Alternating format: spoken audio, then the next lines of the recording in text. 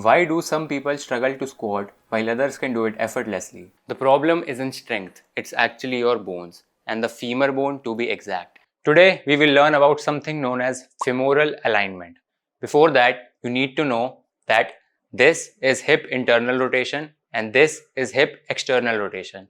Now, for some people, the angle at which your femur attaches to your hip socket changes the alignment of your femur, which ultimately affects the way you squat. Now, there are two categories here. Some people have something called femoral anteversion, which basically means your femur is angled inwards, which gives you more internal rotation than external rotation. These people find it more comfortable squatting with their toes pointed forwards. Second category, femoral retroversion, which basically means your femur is twisted outwards, which gives you more external rotation than internal rotation.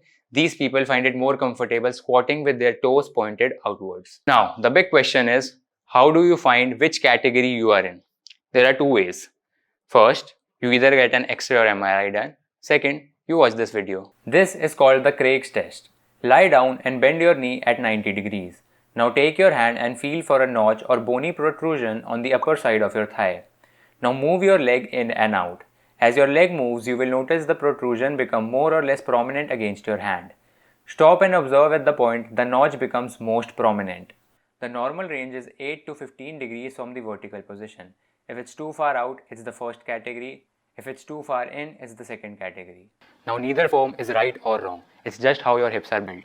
I made this series specifically because her gym में कोई ना कोई गुरुजी या trainer होता है जो तुम्हें बोलता रहेगा तुम्हारी स्क्वाट ऐसी क्यों है वैसी क्यों है, तो अगली बार अगर तुम्हें कोई बोले तो उन्हें ये सीरीज दिखा देना.